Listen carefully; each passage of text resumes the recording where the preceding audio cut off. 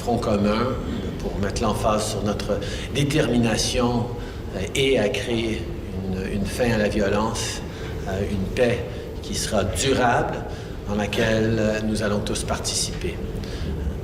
Good evening, everyone. It was good to be here in London today. It was important for Canada to be there with allies as we discuss the importance of standing united in defense of Ukraine and in pushing for a durable and lasting peace in Ukraine. We all have important roles to play, and we've recommitted today to continue to do that. Mr. Michael, CTV News. In those roles, Prime Minister Starmer mentioned the coalition of the willing. We've been one of the strongest countries in support of Ukraine from the very beginning.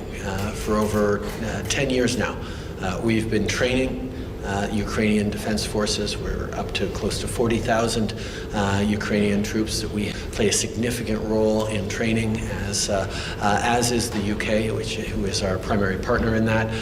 We've also invested close to $20 billion in supports for Ukraine, military, economic, and other. And we're going to continue to be there to support Ukraine as necessary with whatever it takes for as long as it takes, because Ukraine is not just defending its own territory, it's defending the very principles and values that underpin all of our democracies. So as we look at what's going to be necessary in the coming years, I can assure you that Canada and Canadians will be there. Le Canada est là pour l'Ukraine depuis très longtemps.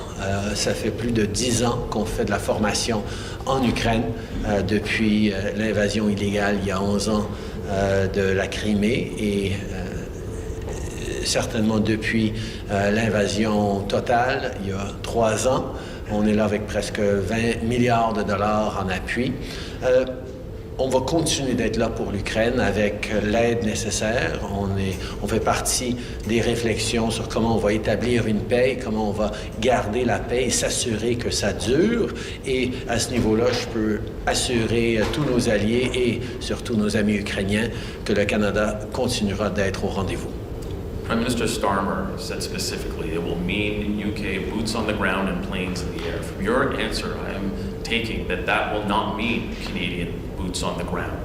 Is that, just to finish, is that the case, or are you considering Canadian boots on the ground in the form of peacekeepers down the road? Every step of the way, Canada has looked at the ways it can best help. And as I've said a few days ago, everything's on the table. We know that the Canadian military has ways that it can contribute. We're not going to get ahead of the discussions on how to keep a peace that isn't yet in place. But Canada will be there and is open to doing what is necessary, but those will be decisions taken in the coming years by Canadians and their government. Canadian Press. Prime Minister, your audience tomorrow with the King, what is your message for him? I look forward to sitting down with His Majesty tomorrow. As always, we will discuss matters of importance to Canada and to Canadians, and I can tell you that nothing seems more important to Canadians right now than standing up for our sovereignty and our independence as a nation. And Prime Minister, what message did you have for Prime Minister Starmer? Did you ask him to speak up for Canadian sovereignty, and is it acceptable that he's taken a pass on that? I can actually highlight that Prime Minister Starmer spoke during a PM question period last week, I believe, on how Canada is a strong and valued ally and partner, and I know our allies will continue to be there to count on Canada and defend Canada in our strong sense of identity and independence. Hi, Prime Minister Tom Fair, the CBC. You had some time, we saw today, to talk with President Zelensky. I'm wondering what you can tell us about what you discussed, and I'm specifically curious whether you spoke about his encounter with President Trump and Vice President Vance in private.